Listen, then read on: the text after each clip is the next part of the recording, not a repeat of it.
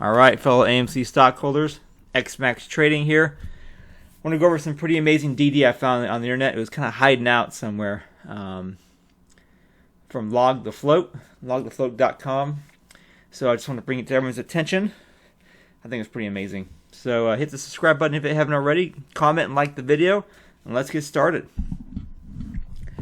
This is why AMC shorts are not in control, and another squeeze is imminent.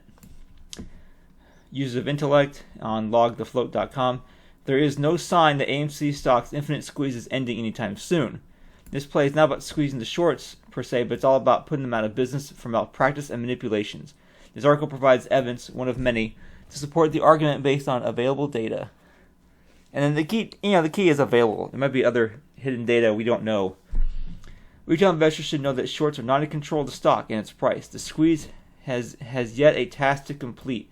To punish and possibly blow up a few short institutions who have engaged in illegal or seemingly legal dilution and naked shorting of AMC and other stocks such as GME. Some short funds and institutions have been utilizing their market maker affiliates to dilute certain stocks using an infinity short loop, which will be discussed later. So here are the reasons why a few specific short institutions are targeted. The chart below, top institutional holders of AMC, show a significant increase in institutional involvement in AMC. Squeeze indicates no sign of retreat. You may wonder why. I'll dissect the chart below and explain the patterns and comparisons. So the Vanguard, AMC price, and then all these are institutions getting involved. Institutions are getting involved in AMC stock, buying it up.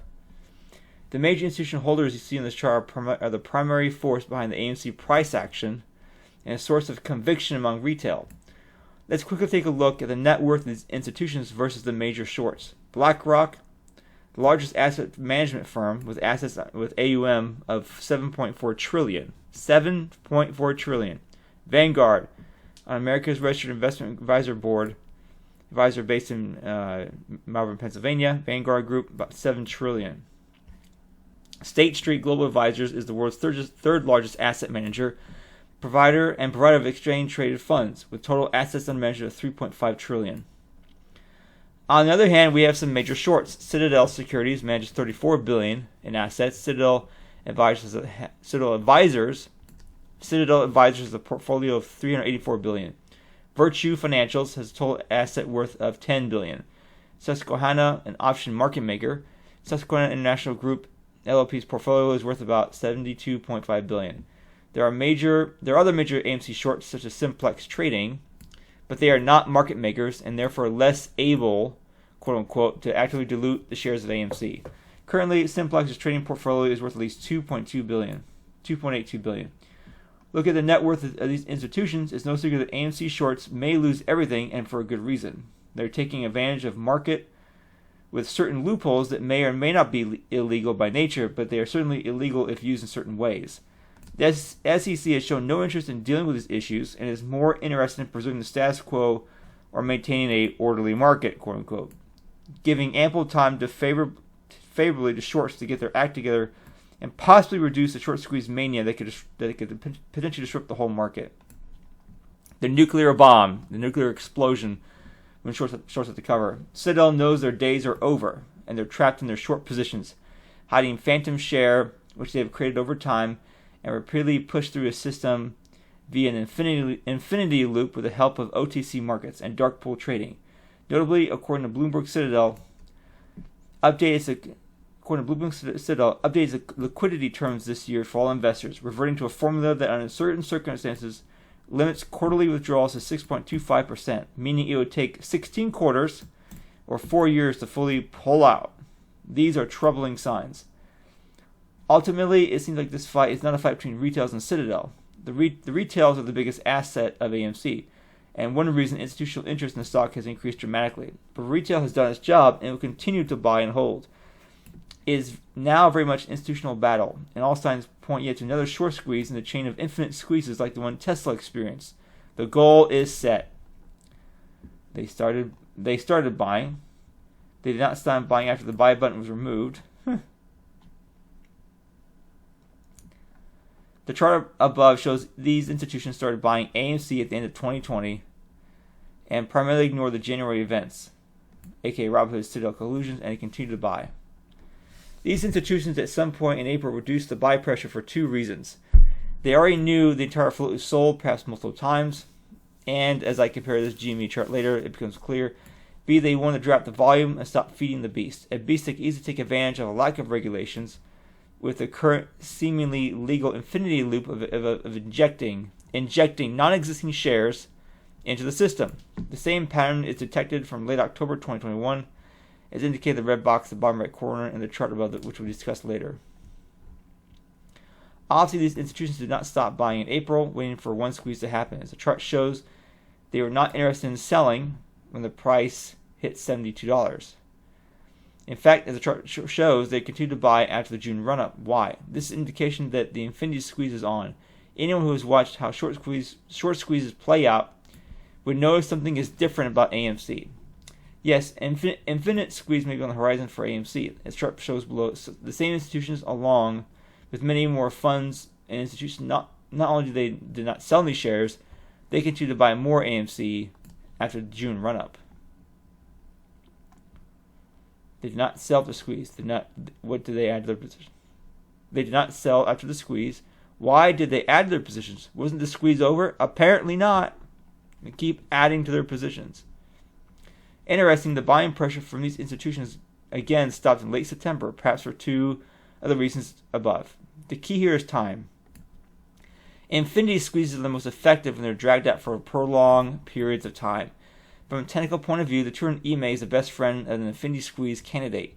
If the chart has an indication of anything, it would be that this is about time institutions create another run-up, volatility up or down, and utilization of gamma ramp.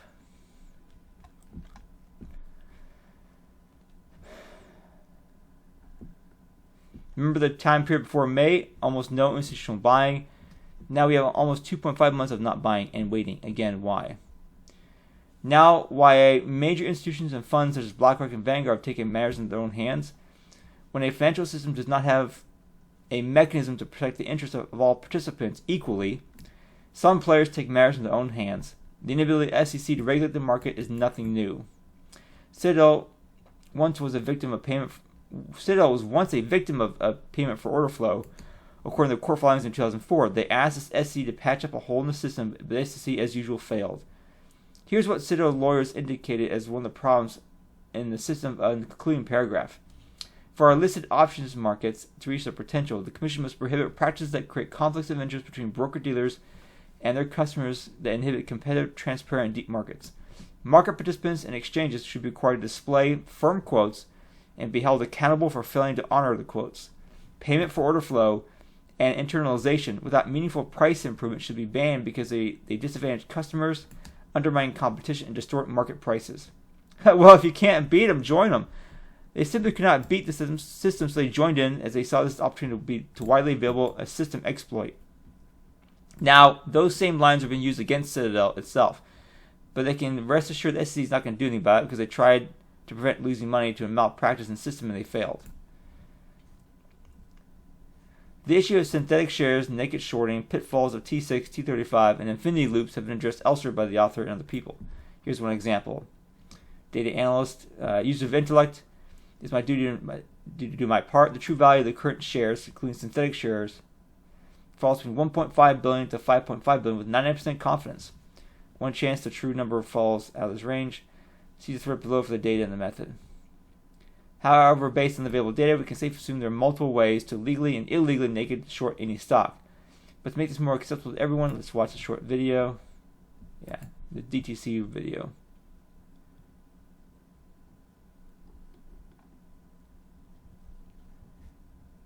I'll play a little bit of it.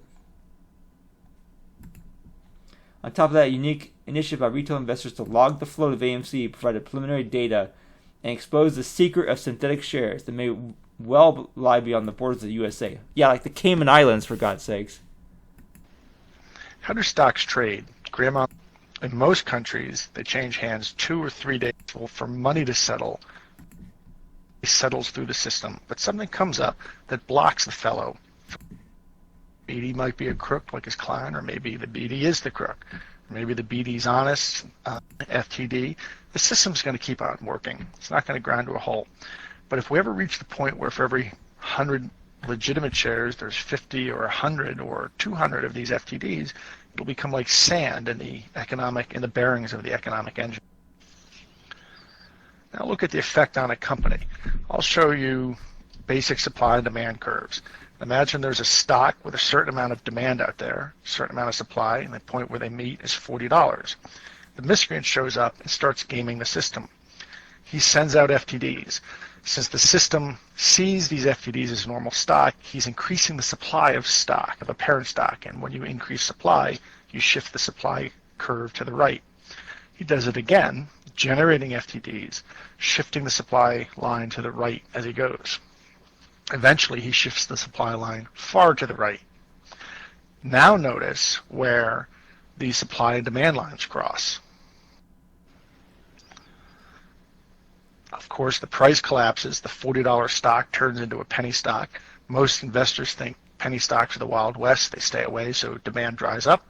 As demand dries up, a ceiling forms over the stock. The FTDs in the upper right started off life as stock IOUs and sincere stock IOUs, but IOUs just the same. Now that it's a penny stock, these FTDs become penny IOUs. Penny stock, penny IOUs. The fellow at the right has the money, the firm's a penny stock. A vicious cycle ensues where the company collapses. Other businesses stay away from the firm. They say, gee, it's a penny stock. Is it going to be around? They stop doing business. Capital markets shun the firm. If you're a penny stock, you can't go into the world and raise capital. So as it loses customers, it can't access the market, it can't recover.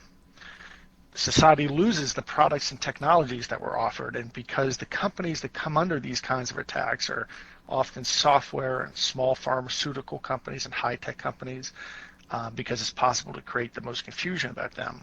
So when the next Microsoft or Genentech is destroyed, society loses those technologies. Shareholder value is wiped out, jobs are destroyed, not just those today, but those that the company would have created over its life cycle had it not been strangled in its crib. And ironically, the miscreant keeps his cash and often does not even pay taxes for an arcane reason I won't go into here, but he generally gets away without paying taxes. Now consider a scarier question. What does the situation look like if there's not just shorting, but naked shorting? Remember our miscreant. Let's assume he generated millions of FTDs into the system. What does his squeeze look like? If shorting has gone on, this not just the normal borrowing and then shorting of stock, but naked shorting, been scattering these FTDs all over the system. And when the fellow goes to cover, there are more FTDs in the system than there is real stock to be bought. So as he tries to buy stock to deliver against his short, he gets in trouble. The supply and demand line shifts so far that they don't meet anymore. There is no market price. The market snaps. That's volatility. And that's what the SEC wants to avoid.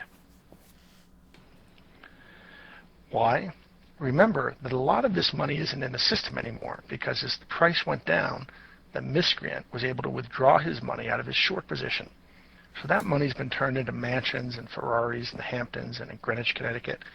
And in any case, perhaps enough FTDs have been issued that the squeeze would take the price far beyond where the price was when the shorting occurred, so that it will take more money to cover than was taken out of the short position. If this fellow is forced to cover, he'll use all his money covering a fraction of the failures. But he's going to run out of money before he runs out of IOUs to cover, so he's gone. The broker-dealer could be in the same situation. In fact, if a buy-in really occurs, the price could get high enough that there'd be more FTDs in the system than liquidity in the system, in which case you would see a wave of failures move through the system like this. I know that sounds crazy. Systemic failures like that don't happen, right? Well, they did with the S&Ls 15 years ago, but this couldn't happen with Wall Street, right? Wow, I mean that blew my mind. Now I'm scared, very scared. Based on a preliminary review of 2,500 verified submissions of AMC on LogtheFloat. LogtheFloat, we have covered the biggest secret of AMC, international shares and brokers. We relied on both IP and language. Unbelievable insight. Need more sample. So a stock market outside of U.S. not surprising to me. Cayman Islands. Since then, AMC has paid more attention to its international shares. Recently, Atomera announced international shareholders can register on Investor Connect and get the I own AMC NFT. So if you guys own shares, you should go and get on Investor Connect. Not financial advice, but Investor Connect seems to be pretty great. Our international AMC shareholders can get in the new I own AMC, including Canada, UK. Another study first published on Reddit based on the web API data source through WebBull's clearinghouse provides yet another proof that AMC shares are sold short multiple times the entire float with a simple calculation. API, according to the API, 128 million shares AMC are on Webull. This represents 24.99% of shares outstanding and 43% of retail float. These numbers are huge, given the brokerage exodus and the number of Americans and international brokers. One can only speculate how many synthetic shares there are on the market in the hands of retail. There does not seem to be another explanation for these numbers if the data is slightly inaccurate. LogtheFloat is the only 8-power data source and intends to analyze 8,000 submitted screenshots of AMC retail shares in order to identify the percentage of shares submitted from Webull and Robinhood based on screenshots in comparison to the rest of the submissions from other brokers. To get a good estimate of the percentage of non-Webull, non-Robinhood shares to be added to 130 million shares that we firmly know on Webull and Robinhood. To provide yet another proof that synthetic shares are very much real. Many institutions have known for a while and are effectively trapped and have effectively trapped Citadel in a pickle jar. Institutions known for a while and they've effectively trapped Citadel in a pickle jar. And it's bigger than retail. It's a lot of institutions fighting. Retail realized it. Retail has invested in it and they could reap huge benefits, but there's big giants at play. AMC at the moment is where GME was at the end of 2020. GME is the ultimate ticking bomb, and now AMC is effectively another ticking time bomb that could concurrently strike a fatal blow to a number of market manipulators. Holy moly! Please help us log more AMC and GME shares. We need about 7,000 retail investors log their shares so we can reach our targeted goal to publish the data and the results with a high confidence level of 95%. Wow. Oh my god. Dude, this my mind is blown. This might be the reason why Atomera did this. I didn't realize that. I didn't realize that was maybe the reason why. Because Atomera cannot come out with an NFT per share. I guess the shorts would sue the hell out of him. And which is dumb because people say it's illegal. I don't think it's illegal, but he can't risk it, But he does have NFTs one per shareholder, right? Or one per movie ticket for particular movies, right? So the Investor Connect is pretty damn important because I think you can get a sample of how many retail holders there are. There could be 4 million retail holders. Let's say they say I own on average 200 shares of AMC at various prices, and then you could say, hey, we have more stock float than should be available, without doing the NFT dividend route that a lot of people want to see happen. So not financial advice. I think we have to be patient. I'm a big believer in AMC. I'm going to see movies. I'm going to buy tickets online. Even if I can't make the movies, I might just buy some tickets anyway. Buy some popcorn. Buy some merchandise if there is. I like the trailers of movies coming up. A lot of heavy hitting movies, Marvel movies, Top Gun 2, a bunch of other things coming out. So I think it's gonna be pretty amazing. I think we haven't by the testicles. They're small, tiny testicles who do these fake shares, and they're hosed. This problem was known about 10 years ago with Overstock, and a bunch of other people back then talked about synthetic shares, FTDs, and then we had a book come out about 7 or 8 years ago about high frequency trading. So the hedge funds are doing high frequency trading, synthetic shares, synthetic shorts, all that stuff, trying to, and FUD articles and propaganda and trying to get you to sell out. So I'm not selling. Not financial advice. I ain't selling. If I have to wait 10 years, so be it. Guys, hit the like button. Subscribe to the channel. Keep pumping up the content on Team AMC. And let's do this. Later.